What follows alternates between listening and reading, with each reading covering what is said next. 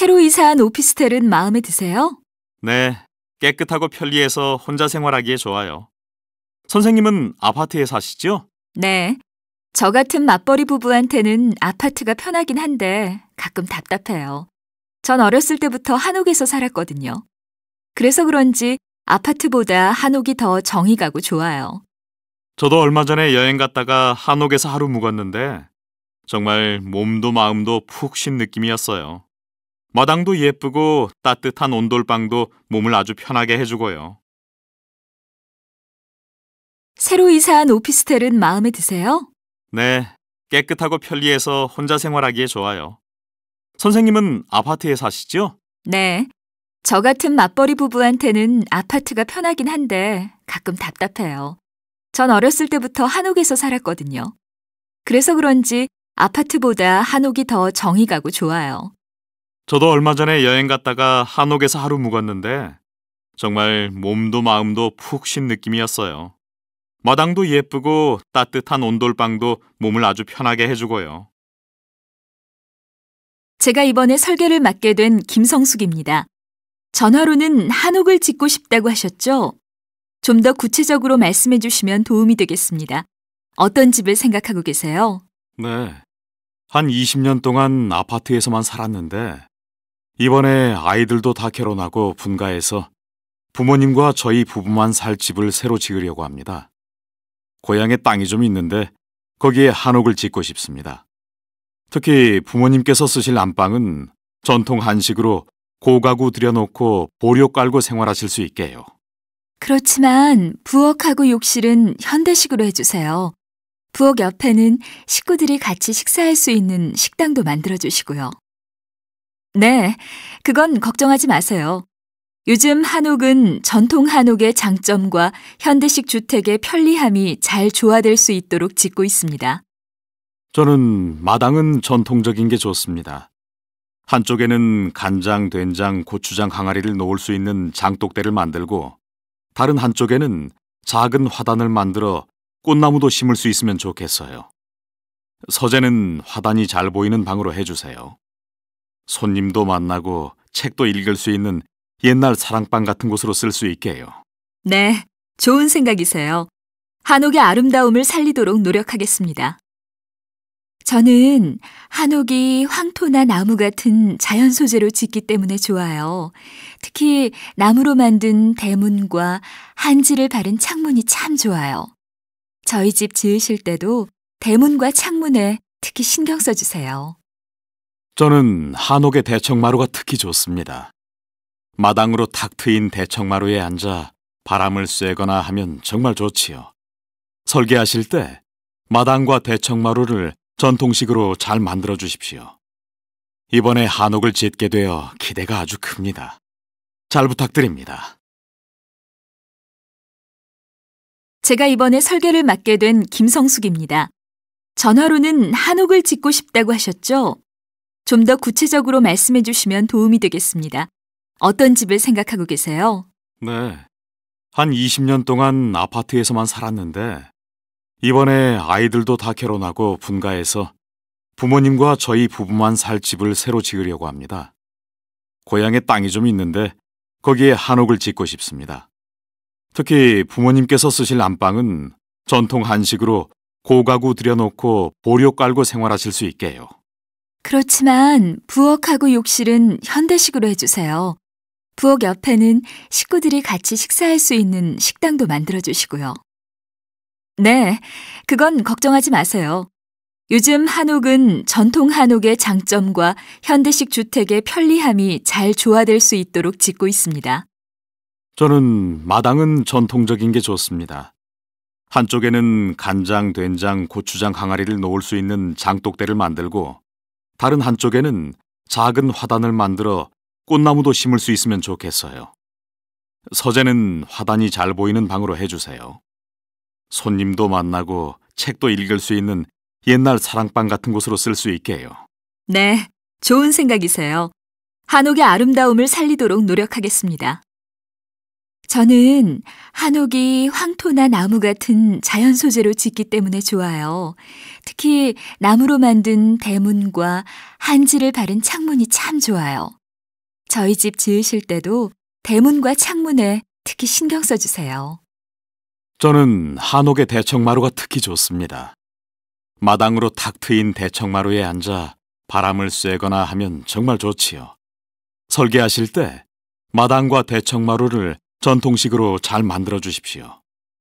이번에 한옥을 짓게 되어 기대가 아주 큽니다. 잘 부탁드립니다. 지난 시간에 한국 음식의 특징에 대해 말씀드렸지요. 한국 음식의 특징으로 양념의 맛이 중요하고 국물이 발달해 밥상 위에는 항상 국을 올린다는 점을 공부했습니다. 오늘 말씀드리고 싶은 것은 전 요리가 한국 음식에 발달해 있다는 점입니다. 전은 생선, 고기, 채소와 같은 여러 가지 재료에 밀가루와 달걀로 옷을 입히고 기름에 부치는 음식인데요. 이 요리는 맛이 담백해서 재료의 맛을 그대로 느낄 수 있습니다. 일반 가정에서도 생일이나 명절, 제사 같은 특별한 날에 전을 만들어서 즐겨 먹습니다. 지난 시간에 한국 음식의 특징에 대해 말씀드렸지요. 한국 음식의 특징으로 양념의 맛이 중요하고 국물이 발달해 밥상 위에는 항상 국을 올린다는 점을 공부했습니다. 오늘 말씀드리고 싶은 것은 전 요리가 한국 음식에 발달해 있다는 점입니다. 전은 생선, 고기, 채소와 같은 여러 가지 재료에 밀가루와 달걀로 옷을 입히고 기름에 부치는 음식인데요. 이 요리는 맛이 담백해서 재료의 맛을 그대로 느낄 수 있습니다. 일반 가정에서도 생일이나 명절, 제사 같은 특별한 날에 전을 만들어서 즐겨 먹습니다. 이번에 우리 집에서 모일 때 음식 한 가지씩 만들어 오는 게 어때? 난 펄을 가지고 갈게. 펄은 고기 국물에 삶은 쌀국수를 넣은 건데 베트남 음식 중에서 가장 일반적인 음식이야. 쌀국수는 튀긴 게 아니라서 칼로리도 낮은 건강식이고 요즘 웰빙 바람이 불면서 쌀국수를 좋아하는 한국 사람들도 많아졌어. 베트남 쌀국수라면 혹시 그 이상한 냄새나는 채소가 들어가는 건 아니겠지? 실란트로 말이야? 이상한 냄새라니. 좀 독특하기는 하지만 얼마나 맛있는데. 따로 가져올 테니까 한번 먹어봐. 그런데 국물은 어떻게 만들까? 얼큰하게? 아니면 담백하게? 글쎄, 난 담백한 게 좋아. 그리고 모두들 먹을 수 있게 안 맵게 했으면 해. 알았어. 나 이거 정말 잘 만든다. 너희들 기대해도 좋을 거야. 그래, 기대하고 있을게. 난 일본 음식 중에서 뭘 만들까? 오코노미야키와 야키소바는 어때? 오코노미야키는 지난번에 너희가 먹고 싶다고 한 거고, 야키소바는 야채하고 국수를 볶은 거라서 만들기가 어렵지 않아. 그래서 친구들끼리 만날 때 많이 해먹는 음식이야. 아마 너희들 입맛에 맞을걸? 난 야키소바는 먹어봤어. 고소하고 괜찮았어. 근데 오코노미야키는 빈대떡 같은 거지? 야채와 해산물 같은 걸 밀가루 반죽에 섞어서 기름에 부치는. 맞아. 마요네즈 때문에 느끼하다는 사람도 있지만 사람들이 대부분 고소하다고 좋아하니까 이걸로 할게. 그런대로 쉽게 만들 수 있고 맛도 있고. 근데 넌 뭘 만들 거야? 글쎄, 마파두부 할까? 지난번에 내 생일날 만든 거 있잖아. 매운 소스로 양념한 돼지고기에 물을 넣고 끓이다가 두부를 넣고 버무리는 거 말이야. 나는 마파두부에 튀긴 두부를 넣는데 마침 소스도 있으니까 제대로 맛을 낼 수 있을 거야. 이번 일요일에는 베트남, 중국, 일본 요리까지 푸짐하게 먹겠는데? 기대된다. 이번에 우리 집에서 모일 때 음식 한 가지씩 만들어 오는 게 어때? 난 펄을 가지고 갈게.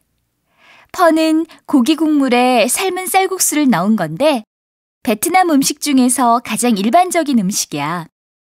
쌀국수는 튀긴 게 아니라서 칼로리도 낮은 건강식이고 요즘 웰빙 바람이 불면서 쌀국수를 좋아하는 한국 사람들도 많아졌어.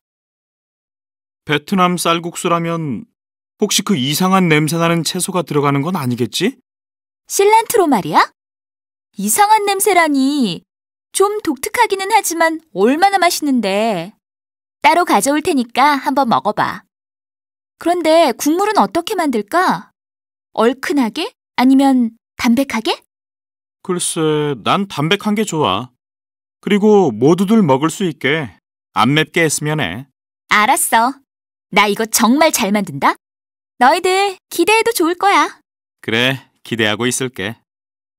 난 일본 음식 중에서 뭘 만들까? 오코노미야키와 야키소바는 어때? 오코노미야키는 지난번에 너희가 먹고 싶다고 한 거고, 야키소바는 야채하고 국수를 볶은 거라서 만들기가 어렵지 않아. 그래서 친구들끼리 만날 때 많이 해먹는 음식이야. 아마 너희들 입맛에 맞을걸? 난 야키소바는 먹어봤어. 고소하고 괜찮았어. 근데 오코노미야키는 빈대떡 같은 거지? 야채와 해산물 같은 걸 밀가루 반죽에 섞어서 기름에 부치는. 맞아. 마요네즈 때문에 느끼하다는 사람도 있지만 사람들이 대부분 고소하다고 좋아하니까 이걸로 할게. 그런 대로 쉽게 만들 수 있고 맛도 있고. 근데 넌 뭘 만들 거야? 글쎄, 마파두부 할까? 지난번에 내 생일날 만든 거 있잖아. 매운 소스로 양념한 돼지고기에 물을 넣고 끓이다가 두부를 넣고 버무리는 거 말이야. 나는 마파두부에 튀긴 두부를 넣는데 마침 소스도 있으니까 제대로 맛을 낼 수 있을 거야. 이번 일요일에는 베트남, 중국, 일본 요리까지 푸짐하게 먹겠는데? 기대된다. 여름이라서 그런지 시원한 미니스커트가 눈에 많이 띕니다. 이런 미니 열풍이 최근 경제 상황과도 관련이 있을까요? 흔히 경제 불황에는 미니스커트가 유행한다고 하는데요. 여성들의 치마 길이와 경제 상황은 관련이 있습니까? 사실 이런 말이 나온 것은 영국에서 2차 세계대전 때 옷감을 절약하기 위해 치마를 짧게 하라는 법을 만들면서부터라고 합니다. 결론부터 말씀드리면 관계가 없습니다. 1970년대 이루어진 연구에서도 경제 상황과 미니스커트의 유행은 관계가 없다고 했고요. 실제로 우리나라에서도 1970년대 불황일 때 오히려 긴 치마가 유행하고 1980년대 경제가 좋을 때는 오히려 미니스커트가 인기를 끄는 등 안 맞는 경우가 더 많았습니다. 여름이라서 그런지 시원한 미니스커트가 눈에 많이 띕니다. 이런 미니 열풍이 최근 경제 상황과도 관련이 있을까요? 흔히 경제 불황에는 미니스커트가 유행한다고 하는데요. 여성들의 치마 길이와 경제 상황은 관련이 있습니까? 사실 이런 말이 나온 것은 영국에서 2차 세계대전 때 옷감을 절약하기 위해 치마를 짧게 하라는 법을 만들면서부터라고 합니다. 결론부터 말씀드리면 관계가 없습니다. 1970년대 이루어진 연구에서도 경제 상황과 미니스커트의 유행은 관계가 없다고 했고요. 실제로 우리나라에서도 1970년대 불황일 때 오히려 긴 치마가 유행하고 1980년대 경제가 좋을 때는 오히려 미니스커트가 인기를 끄는 등 안 맞는 경우가 더 많았습니다. 교수님, 흔히 새로운 유행은 다른 사람과 달라 보이려는 욕구 때문에 생긴다고 하던데요. 네, 맞는 말씀입니다. 유행이 어떻게 해서 생기는가에 대해서는 여러 가지 주장이 있는데 다른 사람과 달라지고 싶은 욕구가 새로운 유행을 만든다는 의견도 있습니다. 유행이 생기는 이유에 대해 여러 가지 주장이 있다고 하셨는데 그럼 이번에는 다른 의견에 대해 말씀해 주시겠어요? 교수님, 흔히 새로운 유행은 다른 사람과 달라 보이려는 욕구 때문에 생긴다고 하던데요. 네, 맞는 말씀입니다. 유행이 어떻게 해서 생기는가에 대해서는 여러 가지 주장이 있는데 다른 사람과 달라지고 싶은 욕구가 새로운 유행을 만든다는 의견도 있습니다. 유행이 생기는 이유에 대해 여러 가지 주장이 있다고 하셨는데 그럼 이번에는 다른 의견에 대해 말씀해 주시겠어요? 배꼽티의 유행은 옷이란 몸을 가리고 보호하는 실용적인 기능을 하는 거라는 생각을 완전히 깨뜨리는 계기가 된 것 같아요. 일리가 있는 말씀입니다. 저도 배꼽티가 유행하는 걸 보고 많은 사람들이 옷에 대한 전통적인 생각을 바꾸게 되었다고 봅니다. 그럼 이런 유행은 어떻게 해서 생기는지 말씀해 주시겠어요? 유행이 어떻게 해서 생기는가에 대해서는 여러 가지 주장이 있습니다. 그중에 사회학자들은 다른 사람과 같아지려는 마음과 반대로 같아지지 않으려는 마음에서 새로운 유행이 생긴다고 봅니다. 다시 말하면 새로운 디자인의 옷이 나오면 사람들이 유행을 따르는 집단과 같아지려고 따라 입기 때문에 유행이 생기게 된다는 겁니다. 반면에 같은 유행이 어느 정도 계속되면 기존의 유행과 구별되는 옷을 입음으로써 또다시 새로운 유행을 만들게 됩니다. 네, 그렇군요. 전에 유행에 대한 의식 조사를 하신 적이 있다고 들었는데요. 그럼 이번에는 유행에 관한 사람들의 의식에 대해 얘기해 볼까요? 제가 어렸을 때는 옷은 깔끔하게만 입으면 된다는 말을 많이 듣고 자랐거든요. 그런데 요즘은 옷에 대한 생각 자체가 좀 바뀐 것 같아요. 같은 청바지도 유행에 따라 매번 새로 구입하는 사람들이 많잖아요. 네, 그렇지요. 예전에 비해 옷에 대한 생각이 실용적인 면보다는 아름다움이나 자기 표현을 중시하는 쪽으로 변화했습니다. 그러다 보니 사람들의 의식도 유행에 대해 별로 거부감이 없고 긍정적인 경향을 보입니다. 유행에 대한 의식 조사 결과를 보면 유행을 따르는 게 즐거운 일이라는 사람은 전체의 54%, 즐겁지만 낭비라고 생각하는 응답은 43%, 전혀 도움이 안 되는 낭비라는 반응은 3%였습니다.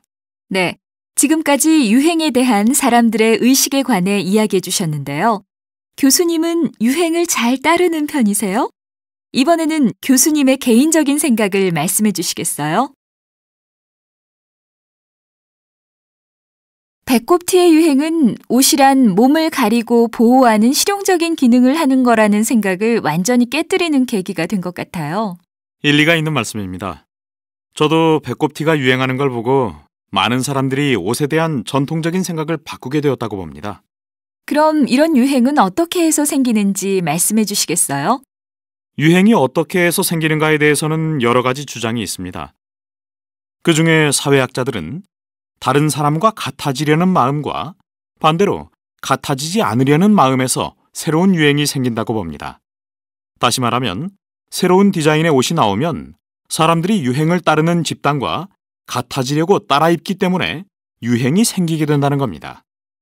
반면에 같은 유행이 어느 정도 계속되면 기존의 유행과 구별되는 옷을 입음으로써 또다시 새로운 유행을 만들게 됩니다. 네, 그렇군요.